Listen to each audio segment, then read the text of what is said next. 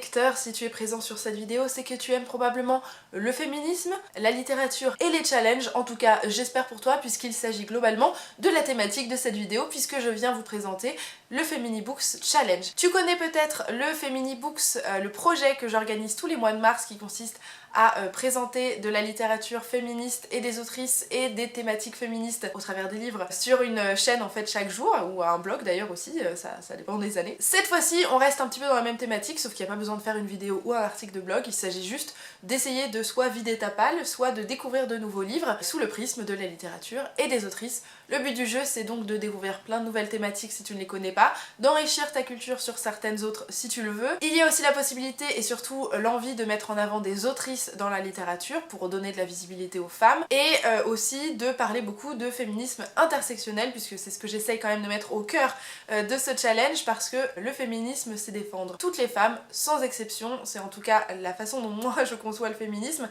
et c'est donc ce que j'essaye de faire tout au long du challenge, et c'est ce qui j'espère te plaira. L'année dernière j'avais créé un Feminibooks Challenge qui avait lieu de façon annuelle avec un menu que je donnais dès le mois de janvier avec une thématique par mois qu'il fallait respecter pour remporter le challenge. On m'a fait la remarque que c'était un petit peu trop contraignant, que c'était pas forcément facile à suivre, que c'était un petit peu lourd, qu'on n'a pas forcément envie de lire la thématique le mois prévu, que on n'a pas forcément les livres dans sa bibliothèque, que bon bah voilà c'est pas toujours intéressant. Je le conçois, d'ailleurs moi-même j'ai eu du mal à suivre le challenge avec des soucis personnels dans ma vie dans l'année 2019 malheureusement. J'ai donc adapté le challenge cette année pour le rendre plus adaptable, plus souple et peut-être plus accessible à tout le monde, et comme ça on peut le gérer comme on en a envie. Il se découpera donc cette année par trimestre. Chaque début de trimestre, je reviendrai proposer de nouvelles catégories, de nouvelles sous-catégories qui correspondront donc au trimestre qui arrive. Dans cette vidéo, je vais donc présenter le premier menu, celui du premier trimestre de l'année 2020.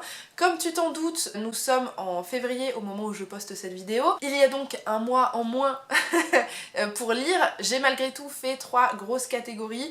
Comme ça donne du choix dans la lecture, comme ça si jamais quelque chose plaît moins ou plaît plus, on peut s'arranger. Et globalement, il n'y aura pas besoin d'avoir lu toutes les sous-catégories, toutes les catégories de tous les trimestres pour avoir remporté le challenge. Hein. C'est vraiment pour vous que vous essayez de remporter un challenge, c'est pour vous donner un challenge personnel, mais c'est pas grave si vous le réussissez pas, on s'en fout. Hein. Moi je vais pas être derrière votre dos pour vous dire « Oulala, t'as pas lu hein ?» Je m'en fous, c'est pour vous que vous lisez, pas pour moi. Pour remporter le challenge donc trimestriel, puisque ça va vraiment plus être un objectif trimestriel qu'annuel cette fois-ci, vous n'êtes pas obligé de faire tous les trimestres hein, d'ailleurs. Il faudra avoir lu soit 2 sous-catégories d'un menu spécifique, soit avoir lu une sous-catégorie pour 2 catégories. Par exemple, vous avez lu la sous-catégorie 1 du menu 2 et la sous-catégorie 2 du menu 3, vous avez remporté le challenge, vous avez fait 2 lectures, c'est tout ce que je vous demande pour remporter le challenge, et comme ça me paraît relativement accessible. J'espère que c'est à peu près clair. Maintenant on va passer à la découverte des catégories du trimestre 1. J'ai quand même fait donc 3 sous-catégories, même s'il manque le mois de janvier au moment où je poste cette vidéo. Ça permettra de donner de l'inspiration et des thématiques, et si vous voulez vous donner le challenge de tout lire, et bien écoutez, tant mieux. Moi c'est ce que je vais essayer de faire, mais très sincèrement, je suis pas sûre d'y arriver. Je vais donc enfin vous présenter le menu du premier trimestre, puisque c'est aussi pour ça que vous êtes ici. Au cours de la présentation de ce menu, je vais aussi inclure ma pile à lire, comme ça peut potentiellement vous donner des idées. J'ai découpé ce menu du premier trimestre en 3 grosses catégories, correspondant chacune plus ou moins au mois du premier trimestre. Il n'y a pas forcément la plus grosse cohérence par mois, mais l'idée c'était vraiment plus d'organiser mes pensées, d'organiser les différentes lectures avec une thématique plus ou moins commune. C'est tout, ça s'arrête là, cherchez pas non plus la plus grosse recherche qu'il y a, parce que il n'y en a pas forcément une recherche énorme. L'idée aussi c'est que dans le challenge, j'en ai pas parlé, mais vous pouvez lire ce que vous voulez comme livre tant que c'est un support papier. Je me fous de savoir s'il s'agit de fiction, de non-fiction, de BD, de romans, d'essais, de biographies, de romans historiques, peu importe ce que vous lisez, ça peut être du théâtre, de la poésie, je m'en fous. Tant que c'est un livre et que ça aborde la thématique, on va dire, recommandée pour la sous-catégorie, ça marche. Un livre audio aussi d'ailleurs, hein, ça marche, hein, c'est un livre quoi. La première catégorie qui correspondra donc au mois de janvier s'appellera New Year, New Rules, puisque le mois de janvier c'est souvent celui qu'on associe aux nouvelles résolutions, et j'ai donc essayé de donner une inspiration aux nouvelles choses, aux nouveautés, aux choses qui ont pu bousculer quelque chose à cette catégorie du mois de janvier. La première sous-catégorie s'appelle un féminisme ou des féminismes. L'idée dans cette sous-catégorie c'est de vous faire découvrir une nouvelle thématique autour du féminisme que vous ne connaissez pas forcément, puisque chacun d'entre nous avec notre vécu, notre situation, on a une vision du féminisme et des discriminations qu'on vit qui sera pas forcément la même qu'une autre femme, puisque tout simplement moi en tant que femme blanche, cisgenre et hétérosexuelle, il y a des choses que je ne vivrai jamais et que j'ai la chance de ne jamais pouvoir vivre parce que tout simplement je vis pour le coup moi qu'un seul type de discrimination, c'est le fait d'être une femme tout simplement. Mais je pourrais pas, et c'est tant mieux pour moi mais c'est affreux pour d'autres, je ne vivrai pas le racisme associé au fait d'être une femme, donc au sexisme, comme je ne vivrai pas une discrimination sur ma religion ou encore ma sexualité. Et l'intérêt de cette sous-catégorie, c'est justement de vous proposer de découvrir autre chose que ce que vous vivez vous, pour justement élargir votre vision du féminisme et de ce que d'autres femmes vivent, des discriminations qu'elles peuvent connaître. Voilà, ça peut aussi être une thématique féministe que vous connaissez pas ou mal, hein. L'idée c'est vraiment d'ouvrir votre vision du féminisme à quelque chose que vous ne connaissez pas, ou alors très vaguement en théorie. Je sais pas si c'est clair, mais en tout cas c'est l'idée de cette sous-catégorie. Pour mon choix, j'ai choisi de lire Croyante et féministe, un autre regard sur les religions d'Asma Lamrabe, qui est un essai qui vous parlera de féminisme et de religion, et je crois plus particulièrement de la religion musulmane, puisque c'est une religion qui en Occident est quand même assez mal vue, d'ailleurs dans l'actualité actuellement, et encore plus quand on est une femme, puisque on vous associe à une personne opprimée par les hommes quand vous faites le choix de porter le voile par exemple. C'est quelque chose que j'entends énormément, alors que ce soit dans les gens qui disent oh les pauvres elles sont obligées d'eux, et aussi de l'autre côté avec des femmes qui portent le voile et qui disent laissez-moi tranquille, j'ai choisi, je suis d'ailleurs féministe et c'est mon choix, et écoutez je suis parfaitement d'accord, maintenant je suis pas à leur place, donc je ne connais rien de leur quotidien et j'aimerais pour le coup en apprendre plus pour peut-être aussi m'aider moi à déconstruire des idées que j'ai peut-être, donc ça m'intéresse fortement de découvrir tout ça et ça me semble aussi très important. Je parlais du voile parce que c'est un des stéréotypes les plus communs, hein, mais il y en a des tonnes et des tonnes d'autres. Voilà, ce n'est pas qu'à ce sujet, hein, c'est aussi toute la construction patriarcale occidentale sur les femmes et la religion musulmane, avec l'islamophobie hein, bien sûr. C'est bien plus complexe que moi l'exemple que j'en donne. La deuxième sous-catégorie s'appelle liberté, égalité, sororité, et le but de cette sous-catégorie ce sera de vous faire lire un livre portant sur le concept de sororité, et donc mettant en avant une histoire qui met en avant l'amitié entre femmes, la solidarité entre femmes, parce que c'est quand même quelque chose d'important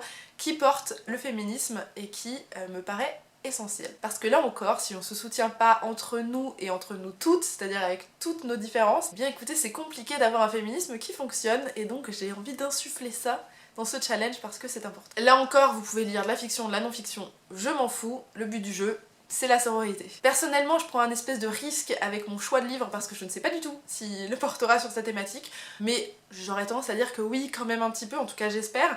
Il s'agit de Les Testaments de Margaret Atwood. Il s'agit de la suite de La Servante écarlate, puisque l'histoire se passe 15 ans plus tard, après le premier livre. Je suppose donc qu'il y en a dans ce deuxième, en tout cas je l'espère. Je sais qu'on nous parle de 3 femmes différentes qui n'ont pas du coup forcément eu le même vécu, la même position dans cette société, puisqu'il s'agit d'une dystopie plutôt féministe, hein, même si l'autrice quand même avait tendance à dire que non. J'ai envie de lui dire bon, tu te fous de qui met en fait en place un univers où les États-Unis sont devenus extrêmement bigots, enfin encore plus que ce qu'ils sont actuellement, mais ils se sont radicalisés au niveau religion, et donc les femmes déjà ne peuvent qu'être avec des hommes, et vous avez surtout des couples qui ne peuvent pas avoir d'enfants, qui ont le droit à des servantes écarlates, qui sont là globalement pour être des mères porteuses, ce qu'elles n'ont pas choisi ni voulu, et donc elles sont globalement violées tous les mois au cours de ce qu'ils appellent une cérémonie, pour permettre à la femme qui sera violée de tomber enceinte. Voilà, et donc dans le premier tome vous suivez une des servantes écarlates, dans le deuxième vous en suivez pas forcément plusieurs puisqu'on suit des femmes avec des vies et des parcours différents, mais j'ose espérer que la sororité est présente. La dernière sous-catégorie de cette première catégorie s'appelle Elle s'est dit qu'elle pouvait le faire, alors elle l'a fait, parce que c'est une phrase que j'aime beaucoup, et qui vous propose de lire cette fois-ci un livre d'une autrice qui aura été primée, donc qui aura reçu un prix. L'idée c'est pas de lire le livre pour lequel l'autrice a reçu un prix, vous pouvez le faire, hein, c'est très bien, mais vous pouvez aussi lire le livre qu'elle aura écrit avant de recevoir ce prix, les livres qu'elle aura reçus après avoir reçu ce prix. Je m'en fous, le but du jeu c'est de mettre en avant une autrice qui aura reçu un prix, puisque c'est malheureusement encore beaucoup trop rare. Beaucoup d'hommes sont quand même mis en avant dans les sélections déjà pour les prix, les femmes le sont beaucoup moins, on le voit beaucoup dans la SF d'ailleurs, il y a une énorme disparité, c'est partout, hein, la littérature blanche aussi, la BD, parlons aussi de la BD, hein. Et donc voilà, le but du jeu c'est de mettre en avant avant ces femmes qui ont reçu un prix et qui d'ailleurs devraient en recevoir beaucoup plus. Pour ma part, j'ai choisi une autrice plutôt contemporaine et d'ailleurs une autrice de BD. Il s'agit de Pénélope Bagieux avec Les Culottés, le tome 2, puisque je ne l'ai toujours pas lu. Et d'ailleurs elle a reçu, d'ailleurs la petite pastille l'indique, elle a reçu le Eisner Award, je sais pas exactement comment ça se prononce, mais globalement c'est un peu genre l'Oscar de la BD, vous voyez. Donc aux États-Unis, c'est plutôt très cool. Et d'ailleurs la thématique des culottés est quand même relativement engagée et relativement féministe, puisque le but du jeu c'est de vous présenter des femmes qui ont un peu bousculé la société, que ce soit avec des grandes ou des toutes petites choses. Mais le sous-titre c'est des femmes qui ne font que ce qu'elles veulent, ce qui est plutôt parlant en termes de thématique. Voilà, j'avais adoré le tome 1, c'est des planches très courtes, hein, vous avez 2-3 pages avec le parcours et le destin d'une femme. Et voilà, moi j'aime beaucoup la plume de Pénélope Bagieux, j'aime aussi le fait qu'elle représente beaucoup de femmes avec beaucoup de parcours différents. On n'a pas qu'une femme occidentale par exemple, ce qui est plutôt cool. Voilà, j'aime beaucoup Les Culottés, j'ai hâte de lire ce deuxième tome, que dire de plus. La deuxième grande catégorie, donc associée au mois de février, je l'ai appelée Love is Love en référence à la Saint-Valentin, concept que je n'approuve que moyennement parce que je le trouve quand même relativement très patriarcale, puisque souvent c'est une injonction à être en couple, plus particulièrement d'ailleurs adressée aux femmes, ce qui est particulièrement énervant. Et donc le but du jeu de cette grande catégorie c'était un petit peu de prendre à contre-pied cette catégorie, enfin cette idée de la Saint-Valentin, en proposant autre chose que ce qu'on nous propose beaucoup dans les médias, c'est-à-dire un couple hétérosexuel qui va aller au restaurant, s'offrir des chocolats et des fleurs et puis baiser toute la nuit. Voilà, hein, globalement c'est un petit peu ce qu'on nous montre. Je voulais montrer autre chose parce que c'est bien de voir autre chose. La première sous-catégorie s'appelle Love is Love et ici je vais vous proposer de lire un livre parlant de personnes transgenres, que ce soit une fiction, un essai, soit de parler de cette thématique, soit un livre qui met en avant un personnage principal qui est trans, ce qui est relativement très rare dans la littérature en fait. En faisant mes recherches, je me suis rendu compte qu'il y en avait très peu, en tout cas dans les livres traduits en français, ou de mettre en avant tout simplement le livre d'une personne trans qui aura écrit son livre et qui aura été publié, et donc de mettre en avant un auteur ou une autrice trans. Ça se retrouve particulièrement dans ce trimestre-là puisque le 31 mars c'est la journée internationale de la visibilité des personnes trans. Bon, c'est le mois suivant théoriquement, mais je trouvais que ça correspondait bien pour mettre en avant l'amour qu'on devrait porter aux personnes trans qui sont malheureusement marginalisées, c'est assez effarant à quel point, et surtout dans la littérature qui sont sous-représentées, voilà. D'ailleurs moi pour faire mon choix de livre, je me suis rendue sur la chaîne de MX Cordelia qui propose très régulièrement dans la littérature jeunesse des sélections de livres autour justement de la transidentité, et j'ai choisi parmi l'une de ces sélections celle dont j'ai toujours rêvé de Meredith Russo qui va vous parler de transidentité puisque le personnage principal est une femme trans. On la retrouve au lycée, elle nous raconte un petit peu sa vie et surtout sa première grande histoire d'amour. Ce qui est important aussi de savoir et ce que je ne savais pas du tout, c'est que Meredith Russo qui est l'autrice de ce livre est aussi une femme trans, donc c'est chouette aussi de mettre en avant une autrice trans.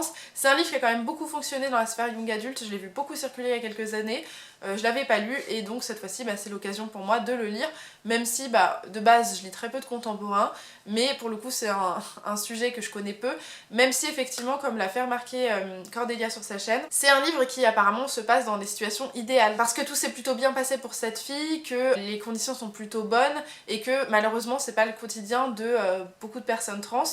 Mais voilà, l'idée c'était quand même de mettre en avant l'idée que ça peut aussi bien se passer et que en fait c'est comme ça qu'on aimerait que ça se passe pour tout le monde. Voilà. On passe ensuite à la deuxième sous-catégorie qui s'appelle Faites l'amour, pas la guerre. L'idée ici c'est de lire une romance qui ne sera pas toxique, parce qu'il y en a beaucoup malheureusement, que ce soit un livre marketé romance ou pas, hein, ça peut être carrément autre chose, que ce soit un essai qui dénonce aussi les relations toxiques, ou même un livre de fiction qui va dénoncer les romances toxiques. Et pour ça j'ai choisi Almost Love de Louise O'Neill qui traîne dans ma pile à lire depuis plusieurs années maintenant, qui va donc vous raconter le parcours d'une jeune femme qui est amoureuse d'un homme qui la traite relativement mal, qui elle-même s'est embrigadée dans une mécanique qui est toxique, avec un mécanisme de pensée assez vicieux où je pense qu'on a affaire à globalement un pervers narcissique, je ne sais pas trop. Voilà, l'idée c'est que de ce que j'en ai lu, ça dénonce quand même ce système-là, ça ne romantise pas ni ne glamourifie cette relation qui n'est pas saine, et donc c'est l'occasion de mettre les doigts sur des mécanismes malsains. C'est ce qui m'intéresse et donc je me le suis choisi pour mon challenge. La dernière sous-catégorie de cette grande catégorie du mois de février, il s'agira de La Lettre Écarlate, en référence au livre de Nathaniel Hawthorne, La Lettre Écarlate. Et le but du jeu cette fois-ci c'est de lire un livre qui a du rouge sur sa couverture, simple, mais écrit par une autrice, parce que quand même, on veut mettre en avant les autrices. Donc là, c'est une catégorie un petit peu facile où normalement, on peut caler un livre de façon relativement simple. Pour ma part, j'ai choisi Tunnel of Bones de Victoria Schwab, qui est un livre plutôt jeunesse. En VO, il n'a pas encore été traduit, mais le premier tome de cette saga, il a été traduit, mais il va être publié bientôt. Ici on y suit tout simplement une jeune fille qui est au collège, qui a un don surnaturel, c'est de pouvoir communiquer avec les morts, en tout cas elle voit les fantômes en fait. Et elle a des parents qui s'intéressent énormément à ces univers là sans savoir que leur fille possède ce don. Et elle va les accompagner durant un voyage à travers l'Europe où ils sont suivis par des caméras pour être en connexion avec l'au-delà. Et donc elle va avoir accès à des lieux qui sont normalement peuplés de fantômes. Dans le premier tome vous avez par exemple un cimetière et plein de zones en Écosse qui sont associées et un peu hantées par des fantômes. Et en France, je pense très sincèrement qu'on s'intéressera aux catacombes.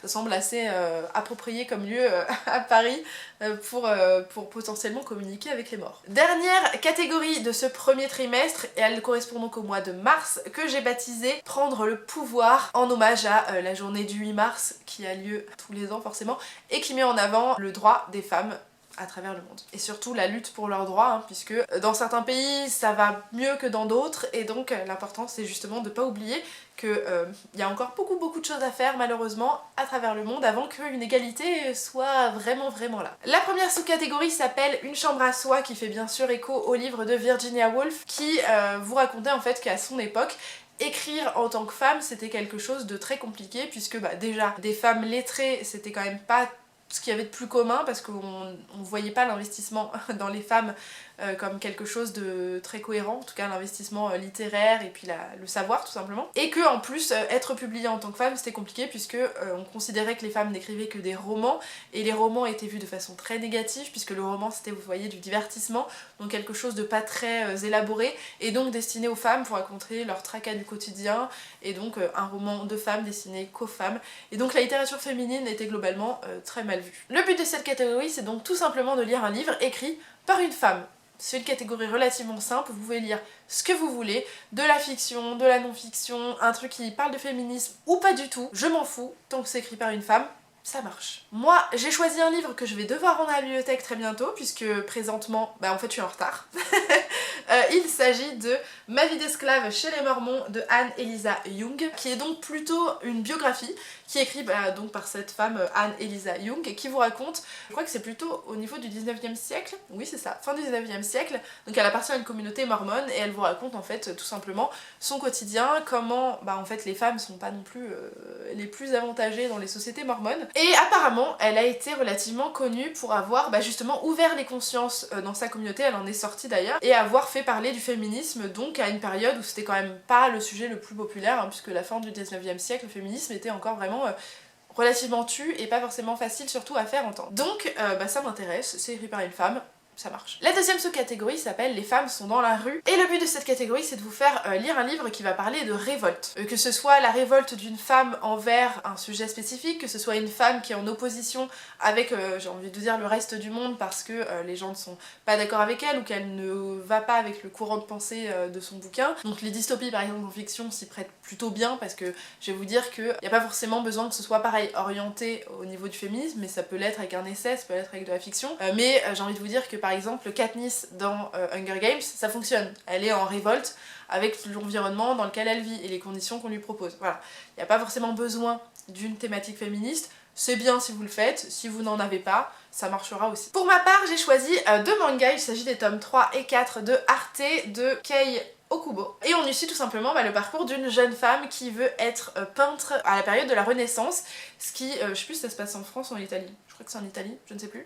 Mais bon, elle veut être peintre et c'est quelque chose qui n'est pas donné aux femmes, c'est quelque chose qu'on n'attend pas d'elle, c'est un métier qui est exclusivement réservé aux hommes, et donc forcément elle est en révolte avec cette condition-là, et elle décide d'en faire qu'à sa tête et de décider d'être apprentie d'un peintre, ce qui est quand même une mission assez compliquée à ce moment-là à obtenir. De plus, elle appartient quand même à une sphère normalement bourgeoise et aristocrate qui attend d'elle qu'elle fasse juste un bon mariage et puis c'est tout, et donc la peinture est donc totalement superflue. Voilà, elle est en révolte avec son monde, ça convient avec la thématique. Et l'idée c'est aussi de vous montrer que si vous aimez les mangas, il y a peut-être même grave moyen de faire le challenge même avec des mangas. C'est pas réservé qu'aux essais le féminisme. Dernière sous-catégorie de cette dernière catégorie, elle s'appelle Ne suis-je pas une femme, donc inspirée du livre de Bell Hooks, enfin d'ailleurs le titre du livre de Bell Hooks qui vous parle d'afroféminisme. Et ici, ce que je vous propose, c'est de lire une autrice noire, puisque au cours du mois de février, c'est ce qu'on appelle le Black History Month, et le but du jeu, c'est de lire des livres, et même tout simplement de s'intéresser à la culture des personnes noires, de ce qu'elles vivent actuellement, de ce qu'elles ont vécu avant, de ce que la société ne désire pas forcément vous montrer non plus, que ce soit en France, dans les pays occidentaux, en Afrique, enfin partout en fait, voilà, partout. Et pour ma part, j'ai choisi de lire Comme un million de papillons noirs de Laura Nsafou et Barbara Brun. Barbara Brun, je crois que c'est l'illustratrice. Je vais vérifier. C'est bien ça. Ici, on vous parle tout simplement d'une petite fille que vous voyez là, qui est l'héroïne de ce livre-là. Je ne sais plus comment elle s'appelle. Adé. Et en fait, Adé, on l'embête beaucoup à l'école par rapport à ses cheveux qui sont crépus, qui sont pas comme les cheveux des autres enfants. Et du coup, Adé, elle aime pas ses cheveux, elle a du mal à assumer qui elle est parce que on la moque tout simplement pour ce qu'elle est. Et donc le but de cette histoire, c'est de raconter aux enfants, parce que c'est quand même un livre jeunesse, hein, de leur montrer que en fait, ses cheveux ils sont parfaitement normaux, qu'ils sont aussi beaux que ceux des autres, et que le rejet culturel qu'on fait de ses cheveux, il est pas juste, et tout simplement on devrait pas le faire. Donc c'est une histoire dont j'ai entendu de bonnes choses aussi bien chez les adultes que chez les enfants, qui me semble importante à découvrir, et qui est écrite par une autrice noire. J'ai hâte de le découvrir. Voilà, vous pouvez dire ce que vous voulez encore une fois, hein, moi je choisis un livre jeunesse. J'aurais pu choisir un livre adulte, peu importe. Mais celui-ci me faisait vraiment envie parce que ça fait un moment qu'il squatte ma pile à lire. C'est donc tout pour les sous-catégories et les catégories de menu de ce premier trimestre. J'espère qu'il vous intéresse, qu'il vous plaira, que vous serez toujours aussi motivés à rejoindre le Feminibooks Challenge. En tout cas, moi ça me fait plaisir de vous le proposer à nouveau. Pour pimenter un petit peu chaque trimestre et chaque menu trimestriel, je vous propose d'ajouter un petit bonus qui est donc totalement optionnel. Vous n'êtes pas obligé de le respecter si vous n'en avez pas envie, mais je me suis dit que ça pouvait être cool pour fédérer un petit peu le challenge, de proposer une lecture commune tous les trimestres. Alors vous êtes bien sûr pas obligé de la faire. Cette fois-ci, je vais vous proposer pour ce trimestre-là Ainsi soit-elle de Benoît Groult, qui est une féministe donc plutôt du XXe siècle, qui fait partie de celles qu'on a appelées à ce moment-là des féministes modernes, puisque elle apportait de nouvelles idées à ce moment-là. Et en gros, elle propose aux femmes de se rebeller dans une société qui les empêche d'être libres. Du coup, je me suis dit que ça pouvait être chouette parce que le livre est pas très long, il fait 200 pages, il est normalement pas trop cher, peut se trouver relativement facilement, donc je me suis dit que c'était une bonne option à proposer comme lecture commune pour toutes les personnes qui souhaiteraient la faire. Ce que je vais faire, c'est que vous aurez en fait en lien en dessous de cette vidéo un lien vers le groupe Facebook qui contiendra, je pense, des visuels des différents menus. Je vous invite donc à nous y rejoindre. J'en profite aussi pour faire un appel à la fin de cette vidéo aux personnes qui souhaiteraient participer au projet Feminibooks, donc vous savez les vidéos qui sont publiées tout au long du mois de mars pour parler de féminisme et de littérature, d'articles de blog aussi, parce que maintenant je fais blog et vidéo, enfin je l'ai ouvert aux deux. J'en profite pour vous dire que les inscriptions donc pour le mois de mars 2020 sont ouvertes. Vous trouverez dans la barre d'infos un lien vers le document d'inscription. Alors vous ne pourrez pas vous inscrire directement, je vous propose de consulter les dates qui potentiellement vous intéressent et qui sont libres, de m'envoyer un message soit sur l'adresse email qui se trouve toujours en barre d'infos, ou de me contacter sur Twitter ou Instagram par exemple. Je serai très contente de vous répondre, et ce sera avec grand plaisir que je vous accueillerai dans ce projet Feminibooks pour parler de féminisme et de littérature. Ce sera tout pour donc ces deux informations. J'espère que cette vidéo vous aura plu, que vous serez nombreux à participer au challenge. En tout cas, moi je vous dis merci pour votre enthousiasme pour l'année dernière, pour votre patience, pour la création de celui de 2020, et voilà, et je vous remercie, et c'est très gentil. En attendant, je vous fais d'énormes bisous, je vous dis à très bientôt. Salut!